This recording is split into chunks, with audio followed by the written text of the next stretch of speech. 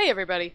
Welcome to the first episode of my podcast, Games and Scribbles, where games and storytelling unite. For those joining me for the very first podcast, welcome. A little bit about myself. My name is Brittany, and I am a freelance writer with a background in entertainment blogging and creative writing. I have a Bachelor's of Arts in English and a minor in Psychological Sciences from the Central Connecticut State University. I've been writing freelance with a variety of contracts for about 7 years now, and I specialize in writing for entertainment. So about a week ago, the United States celebrated Halloween, which is a holiday all about eating candy, trick-or-treating, and watching scary movies. About a week ago, the United States celebrated Halloween, which is a holiday all about eating candy, trick-or-treating, and watching scary movies. As someone who watches pretty much the same shows and movies every year, I was looking for some way to fulfill that need for scary stories.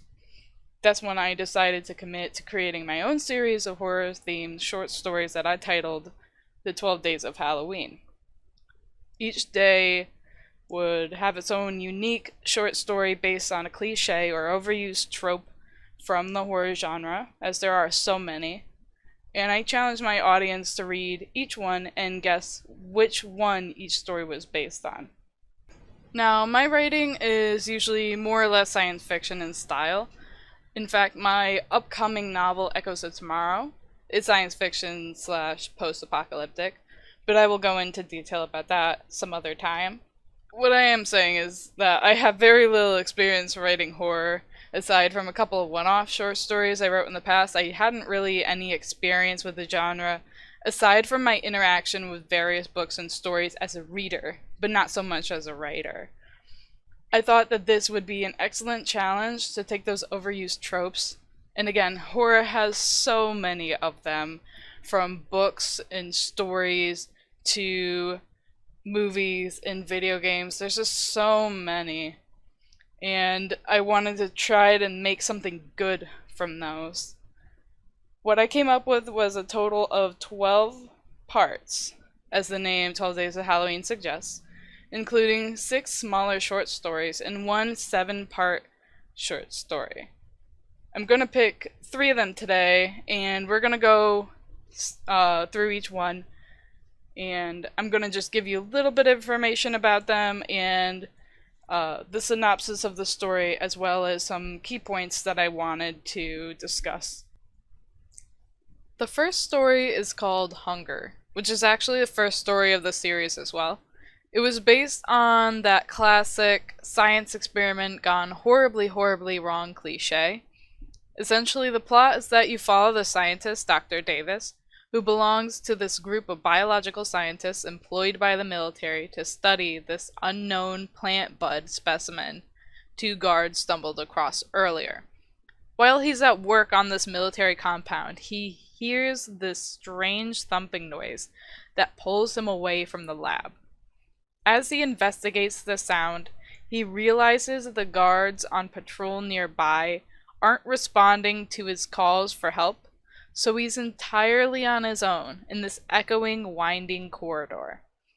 He grows more nervous as he approaches the noises, which draw him to an unlit break room. The room's completely trashed, garbage spread out onto the floor, cabinets and refrigerators wide open, and he finds the vending machine. The glass panel is smashed, shards scattered everywhere. He sees the guards that were missing, gorging on the food inside, and he assumes that they're high and going on a binger. They're indiscriminately shoveling everything in sight into their mouths, including the glass, cutting up their lips, their tongues, their hands. They can't control their voracious appetite. When the food is consumed, one turns to the other, and they just devour them alive. Dr. Davis runs back to the lab, terrified by what ungodly horror he just witnessed. He struggles to open the door, so he turns the corner to look through the window, and he sees his entire cohort of scientists tearing each other apart, eating each other alive. In the back wall, he sees the plant, which emits a glow, and it's no longer a bud. It's bloomed and releasing a pollen that escapes through a crack in the window, and he becomes infected. The story ends with him feeling a sudden, powerful hunger. This story was really fun to write. I tried to embrace the trope with the wimpy scientist stereotype. I was actually thinking of the Half-Life scientist when I was creating the concept for this story, and was like, well, how could I make a nameless NPC like that a protagonist? I would have liked to flesh out the character more, but these stories were each done in a few hours as time was really limited for this challenge. Like I said before, I'm a sci-fi writer by nature, so this kind of story, campy as it is really what appeals to me because it's reminiscent of the stories and movies I was exposed to growing up. I like how it ended. It's implied that the story goes on after you've done reading it, which is typically the case with short stories. Part of the challenge is that you have to give people enough to make them excited to keep reading to the end, but not so much that they feel ripped off when it ends and they know there won't be a second part. The next one I really want to talk about is Phantom Patrol. It's based on the Alone in a Haunted House trope. The inspiration comes from two guilty pleasures I've been treating myself with all October, and that's Ghost Adventures and Phasmophobia. I, like many people, got completely swept up in the Phasmophobia craze this year. It's so seriously good. I'm serious. Go play it. It's $13.99. If you haven't tried it already, go give it a shot. It's so much fun. My boyfriend and I were so obsessed that we would like play until midnight and then go and watch Ghost Adventures immediately after. We'd be up until like 3 a.m. just binging one after the other. I'm not a believer in ghosts, but I like to pretend when I'm watching or playing because it adds to the tangibility of the scenario. When you know the monster's not real, it's just not scary. But if you believe in it, or at least pretend to believe in it, the threat is so much more real, and it just really immerses you in the environment and in the threat. It makes the experience more enjoyable, but that's just my opinion.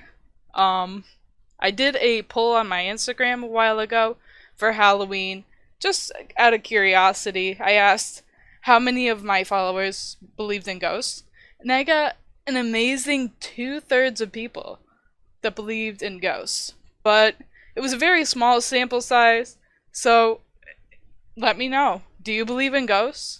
Comment below, let me know, and I would love to hear what you think. So, in Phantom Patrol, you follow the story of Max, who is a journalism student working on an internship with the cast of the hit ghost investigation reality show, Phantom Patrol. The crew rolls up to the house of Esmeralda Cordone, a woman who, stricken by grief by the loss of her husband, drowns her 2 young kids in the bathtub, and dies by suicide after. Local legend is that she haunts the home, so the crew, the host Evan, cameraman Mikey, and sound expert Roberts, is there to investigate. They start to film their intro to the house, and Max accidentally ruins the take by squeaking the steps. Evan chews him out, and they continue into the house. The crew films in the kitchen, and Max ruins the take again by accidentally turning on the spirit box, which emits a loud, staticky noise. Evans threatens to send him home before moving on, and Max stays behind a moment, getting some creepy vibes from the environment. The kitchen is a dilapidated nightmare, with dirty dishes on the counter and dried cockroaches in the sink. He hustles upstairs to meet up with the crew, which is in the bathroom where Esmeralda drowned her children. They play with an EMF detector which lights up, and just then, Max feels a cold breeze and realizes that the windows have all closed. But when he brings it up, Evan blows up at him and tells him to go back into the van and that he's done. Max goes back to the van, wondering how he's going to tell his mom that his internship fell through. He decides to watch the cameras broadcasting from each room and notices the sink in the kitchen had filled up on its own and was overflowing onto the floor. He watches Roberts go over to investigate, and off camera something spooks him, and he tries to run away. One by one, his camera and all the cameras around him start to short out to static. Max watches Mikey run towards the stairs, but he lunges at the top step, and that camera too shorts out. Soon all cameras are out except the bathroom. Evan is in there, and he stumbles and cracks his head on the tub, with a feminine shadow looming over him before also cutting to static. It's then that the spirit box in Max's hand turns on by itself, and the ghost yells through it, "Leave now or die." The story ends with Max driving away without looking back. This story was probably the one I wanted to write the most. I was so stoked to write a ghost story, and then I thought about the haunted house cliche, and I thought there was no better opportunity. I also love designing the character Evan. I feel like douchey characters, in my opinion, are always the most fun to write, even though they can come off a little two-dimensional in a short story, since you don't have the allocated time and space to really flesh them out into a more three-dimensional person. But hey, this is a tropey story made for Halloween.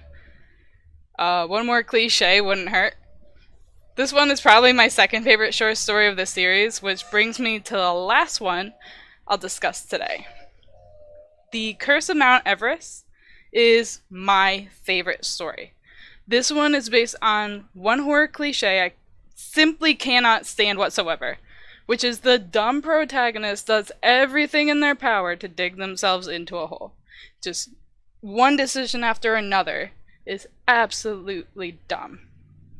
This short story spanned over the second half of the challenge, taking a whopping 7 parts to finish.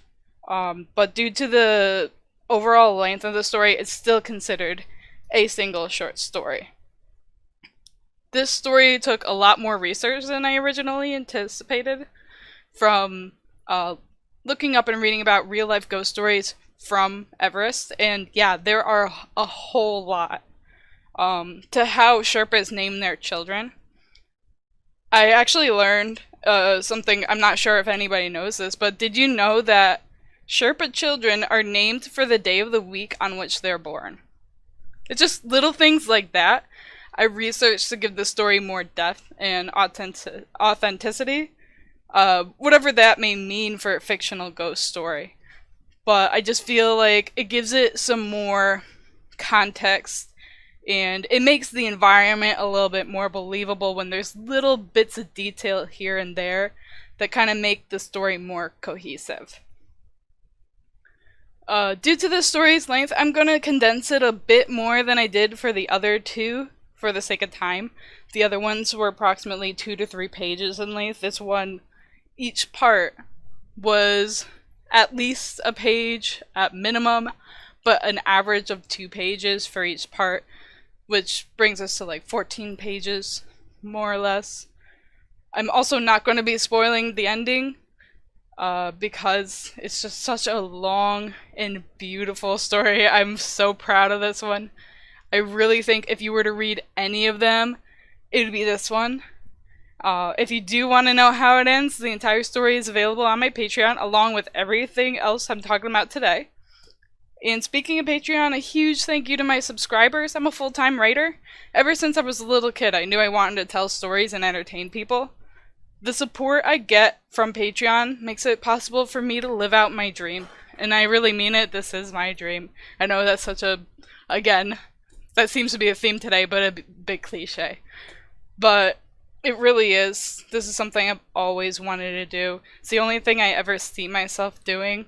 And I can't thank you enough for giving me this opportunity to do what I love. For those interested in subscribing to get access to the rest of the 12 Days of Halloween series, I'll have a link in the description box below. And without further ado, on to the story. This first-person perspective story is told through the eyes of Dr. Alex Rodriguez, who is an anthropologist who visits Nepal with their colleague Antonio to study the effect of consumerism and tourism on the Sherpa people of Namche Bajar.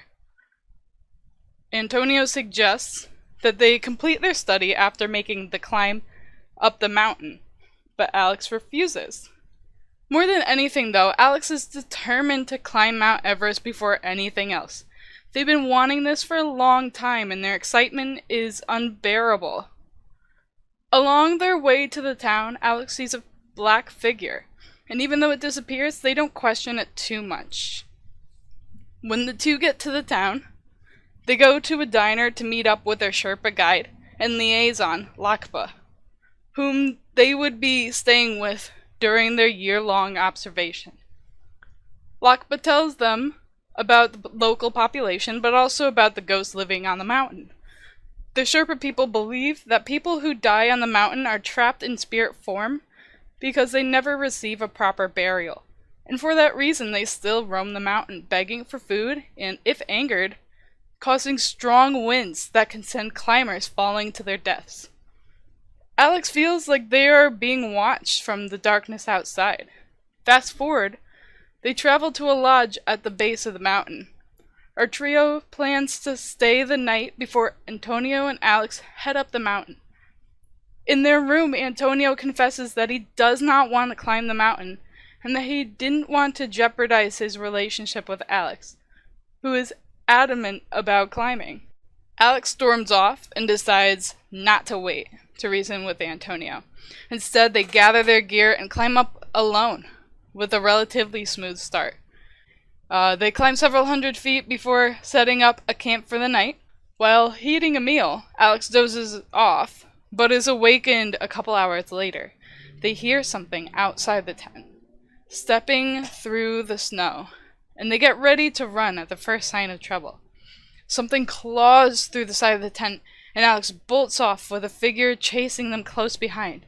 While attempting to flee, they slide off the side of the cliff and fall to a ledge below, fracturing their tibia in the process. The winds begin to pick up, and with the creature still hunting them, Alex hides away in a hole in the rocks where they barely elude the figure, bleeding, freezing, and moments from being murdered at any given time. Alex is forced to make a decision: hide until help comes, or try to run. So, how do you think it ends? Thank you for listening to me today talk about this passion project. I really appreciate you following along with me. I'm new to the whole podcast thing, so if you liked it and want to see more of this type of content, click the like button, subscribe to this channel, and click the bell to be notified when I upload more content. I'm definitely an experienced writer, not an experienced podcaster. Give me tips, give me critiques. I'm welcome to all of that. And as always, until the next chapter. Bye!